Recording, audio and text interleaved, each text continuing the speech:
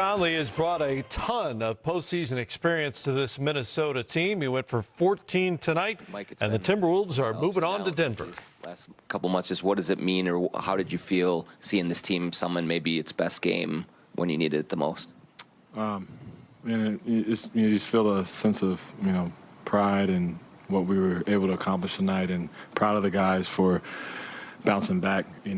LA game was not an easy one to walk away from and feel good about, and for us to come back and be able to flush that and concentrate on OKC, and really did it on a unselfish defensive high intensity level. Just it was a game that really showed us what we can be when we play the right way and play with the right energy, and just a positive game overall.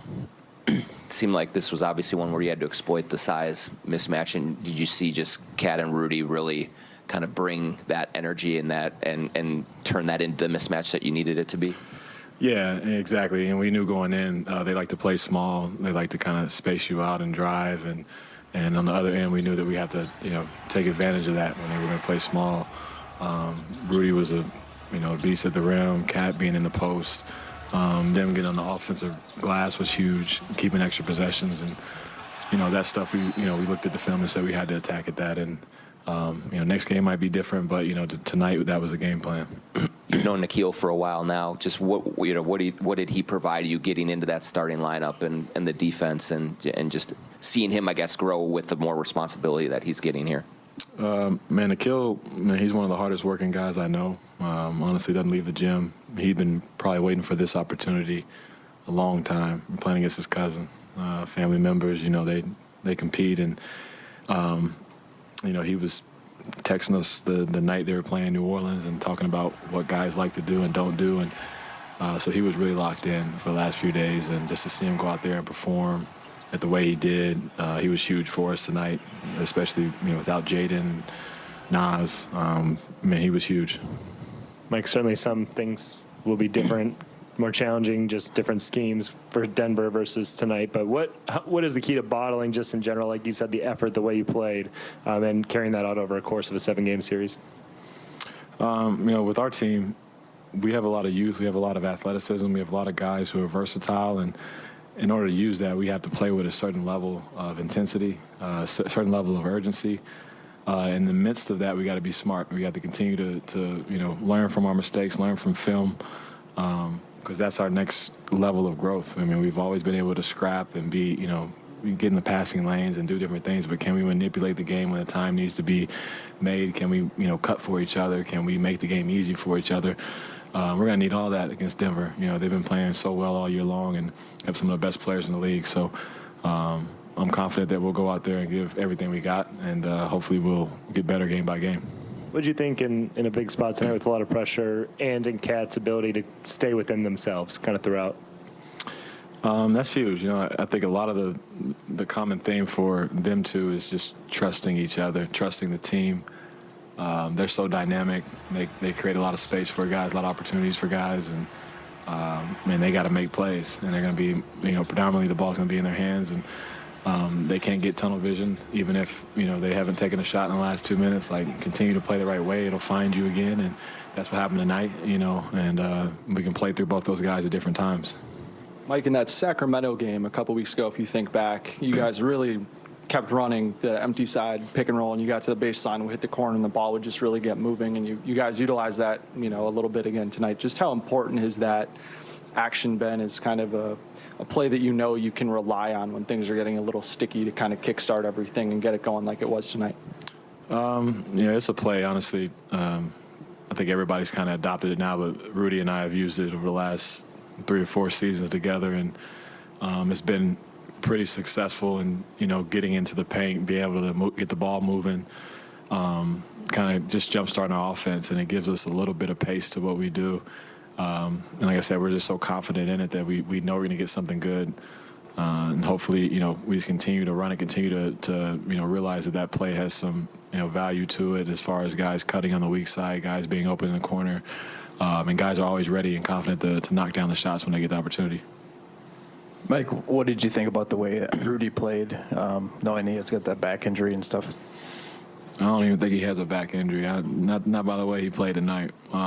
But it was impressive. You know, he's a guy that he doesn't miss many games, and if he does, it's a big deal. He's pretty hurt. So I'm proud of him going out there and competing tonight, regardless of how he felt. He really set the tempo for us, set the stage for us, and his presence, just being in the paint, just being on the floor, does a lot for our team. We built a lot around him, and without him, we have to be a different team. So just happy he was out there. Mike, what does it mean to be able to come in here kind of midstream with this team and be able to help it get into the playoffs and have that chance with a new team to be in the postseason?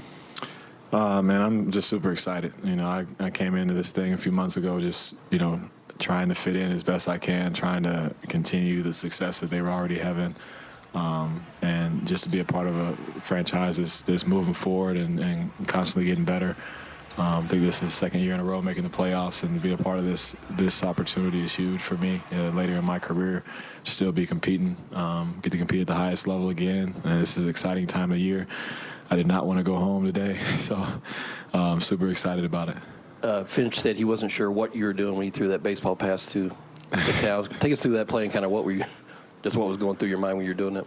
As soon as I got the ball, I looked up the court. I knew that they probably had like 4 or 5 guys jump over half court because they thought they were about to get a layup. I looked up and I saw Rudy and Cat. I looked at Rudy first and I was like, I don't think I'm gonna throw that one. Then I looked at Cat and I was like, yeah, I think I'm gonna throw it to that guy. And I knew he'd make the right decision, and just slung it down there, and you just got to pray and see what happens. Mike, you're a guy, you've had a lot of success early against 1 seeds with the Grizzlies. Now you said you came in a couple months ago trying to fit in with the team, but did they kind of lean on you now with this wisdom going against this Denver team?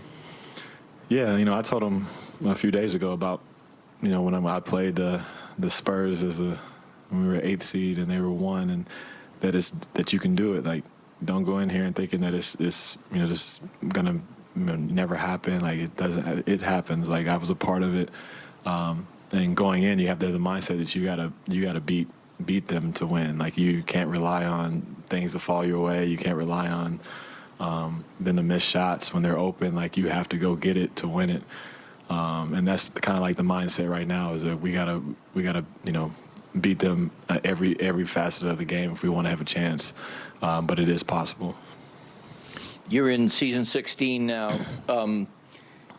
Is there any way you've learned to ingrain maturity into a young team? Is it always the same? Is every team different? And what have you found is most successful in terms of having that happen?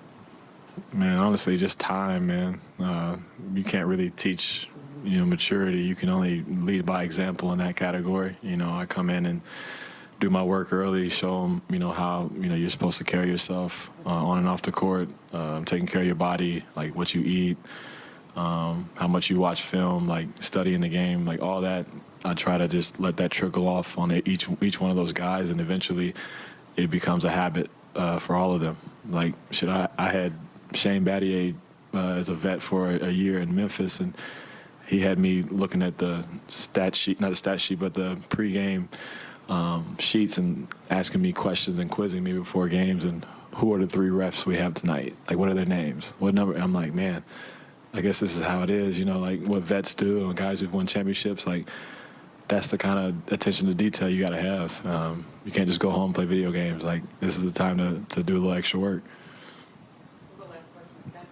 Just real quick, as a veteran, how do you get a young team kind of ready for this? It was such a short turnaround against such a, well-rounded team. I mean, what can you do to kind of help them get ready for this?